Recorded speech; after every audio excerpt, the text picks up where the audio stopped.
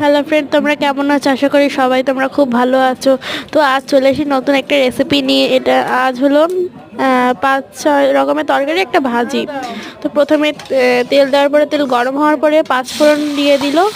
পাঁচফোড়ন একটু ভাজা হওয়ার পরে পেঁয়াজ কুচি আর মরিচ কুচি দিয়ে দিল। তারপরে লবণ, পরিমাণ মতো লবণ, হলুদ দিয়ে একটু নাড়িয়ে নিচ্ছে। দেখো, পেঁয়াজটা একটু হালকা ভাজা হয়ে গেলে কাটা তরকারিটা দিয়ে দিচ্ছে। দেওয়ার পরে একটু নাড়িয়ে চাড়িয়ে মিশিয়ে নিচ্ছি পেঁয়াজের সাথে। দেখো, ভালো করে মিশিয়ে নিচ্ছে। দেখো মিশানো। তো এটা হলো 10-15 মিনিট পরে প্রায় হয়ে গেছে। তারপরে 2 চামচ চিনি দিয়ে দিচ্ছে।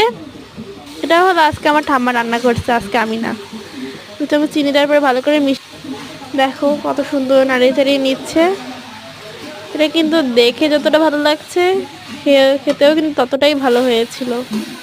নামানোর আগে একটু ধনেপাতা দিয়ে দেবে এখন। দেখো, এই যে একটু ধনেপাতা দিয়ে দিচ্ছে। ধনেপাতা দিয়ে ভালো করে মিশিয়ে নিচ্ছে। ধনেপাতাটা পরে দিলে হয় কি, ভালো একটা গন্ধ আসে।